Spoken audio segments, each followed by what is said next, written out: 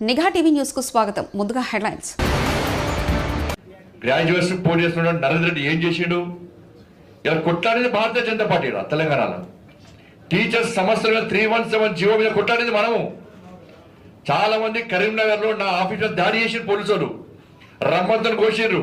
Fire engine ఇట్లా Windows అంటే Windows లోకి వెళ్ళి ఫైర్ ఇంజన్ ప్రెషర్ ఎట్టుంటో తెలుసు కదా, ఆ ఫైర్ ఇంజన్ ప్రెషర్ తో కొడితే కార్యకర్తలపై గోడ తలిగిరు. ఇట్లా నలుగురు భారతీయ జనతా పార్టీ మహిళా కార్యకర్తలు కాళ్ళు విరిగినాయి. 8 మంది భారతీయ జనతా పార్టీ కార్యకర్తలకు ఇద్దరు తల హెడ్ ఇంజరీ అయింది, ఇంకొక కాలు చేతులు విరిగినాయి. గ్లాసులు అత్తలు వాళ్ళకి కింద సెప్టిక్ అయ్యి నెల రోజుల పాటు 2 నెలల పాటు బెడ్ రెస్ట్ తీసుకుంటున్న కార్యకర్తలు. మరి ఇప్పుడు పోటీ చేస్తున్న మహేందర్ రెడ్డి 317 జీవోకు వ్యతిరేక కొట్లాడినా? అరే జైలుకు పోయినా, మనం నేనే జైలుకు పోయినా.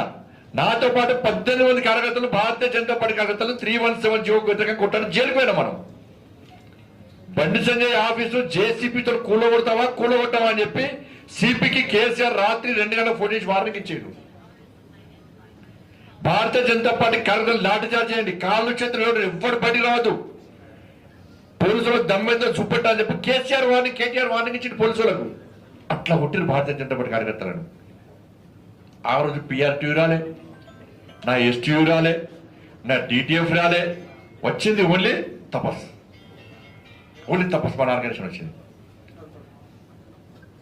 317 జీవో అంటే చెట్టుకోడు. భార్య ఒక జాబ్ చేస్తుంది, భార్య కామరెడ్డి జాబ్ చేస్తే భర్త కరీంనగర్ జాబ్ చేస్తాడు. భార్య కాడ, భర్త కాడ, తల్లిదండ్రులు కాడ, పిల్లలు కాడ చుట్టుకోని పుట్టుకొని చేసే జీవోకు వ్యతిరేకంగా కొట్లాడేది మనం. తెలంగాణ రాష్ట్ర వ్యాప్తంగా అన్ని మండల కేంద్రాల్లో దిష్టిబోలు కాలబెట్టి, కేసీఆర్ దిష్టిబోలు కాలబెట్టి ఉద్యమం చేసి కేసీఆర్ స్పందించే విధంగా చేసింది భారతీయ జనతా పార్టీ.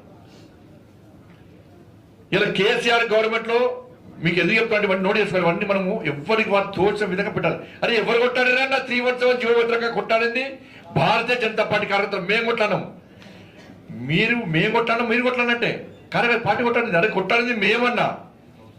317 జీవో కొట్టాడి జైలుకు పోయింది మేమన్నా, లాఠీ దెబ్బతిన్నది మేమన్నా, ఇలా జైలుకు పోయింది మేమన్నా, కాళ్ళు చేతులు ఉంది మా కార్యకర్తలు విరిగినన్నా. A union వచ్చిందన్నా? అందుకే ఓటు ఎవరికి వేస్తారో ఆలోచించుకోండి అన్నా. దయచేసి మాకు ఓటేయండి అన్న. ఇది కొటేషన్. అరే గ్రూప్ 1 ఎగ్జామ్ కోసం కేంద్ర మంత్రిగా ఉండిపోయినా,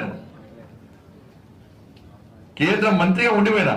నేను 10 నిమిషాలు ఉండి పోదాం అనుకున్నా, కానీ బీఆర్ఎస్ పార్టీ బాగా ప్లాన్ చేశారు. ఏం చేసినంటే కుట్రలు చిల్లగా కాదు. బండి సంజయ్ బయటికి పోనే మనం బస్సులో కాలబెట్టాలి, బస్సులో కాలబెడితే ఏమైతే కేసు ఎవరి మీద